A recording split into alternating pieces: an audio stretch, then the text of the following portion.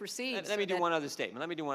Because it sounds like I hope you'll turn those. I hope we'll know the terms. I think the American people like to know what terms you use to determine what we might get, so that we can get all the information on Libya and find out what happened where these 4 Americans gave their lives. I think that's critical. In March, you also said this: your server was physically located on your property, which is protected by the Secret Service.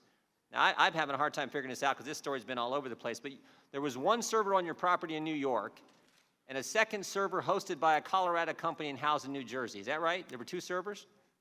No.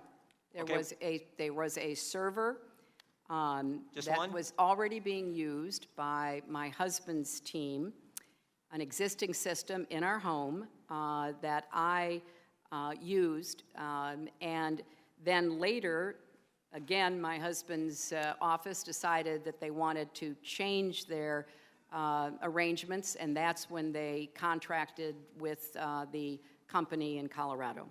And so there's only one server? Is that what you're telling me? And it's the one server that the FBI has? The FBI has the server that was used during the tenure of my State Department service. Okay. In your statement, you said which was protected by the Secret Service. Why'd you mention the Secret Service? Well, because here's what I'm thinking. Could a Secret Service agent standing at the back door of your house protect someone in Russia or China from hacking into your system? Why'd you mention the Secret Service agent? Out of just an abundance of being transparent.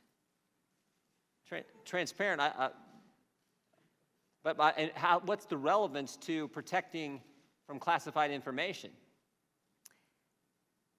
There was nothing marked classified on my emails, either sent or received, and I want to respond. Use the right term there. Use marked. Yeah, that's the one. That's well, what you use the revised statement there. Well, Congressman, there was a lot of confusion because many Americans have no idea how the classification process works, and therefore I wanted to make it clear that there is a system within our government, certainly within the State Department, where materials that is thought to be classified is marked such so that people have the opportunity to know how they are supposed to be handling those materials. And that's why it became clearer, I believe, to say that nothing was marked classified at the time I sent or received it. All right. All I know is that's different what you said, Mark. From the group of 30,000 emails returned to the State Department in 2014, 110 emails in 52 email chains have been determined by the owning agency to contain classified information at the time they were sent or received. 8 of those chains contained information that was top secret at the time they were sent.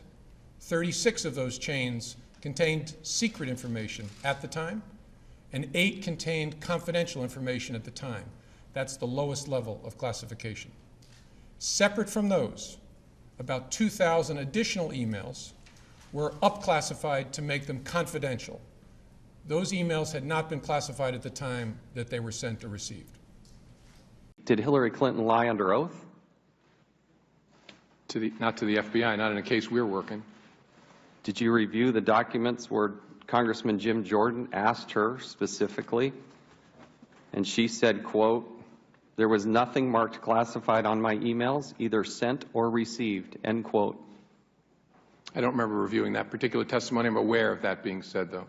Did the FBI investigate her statements under oath on this topic? Not to my knowledge. I don't think there's been a referral from Congress. Do you need a referral from Congress to investigate her statements under oath? Sure do. You'll have one. You'll have one in the next few hours.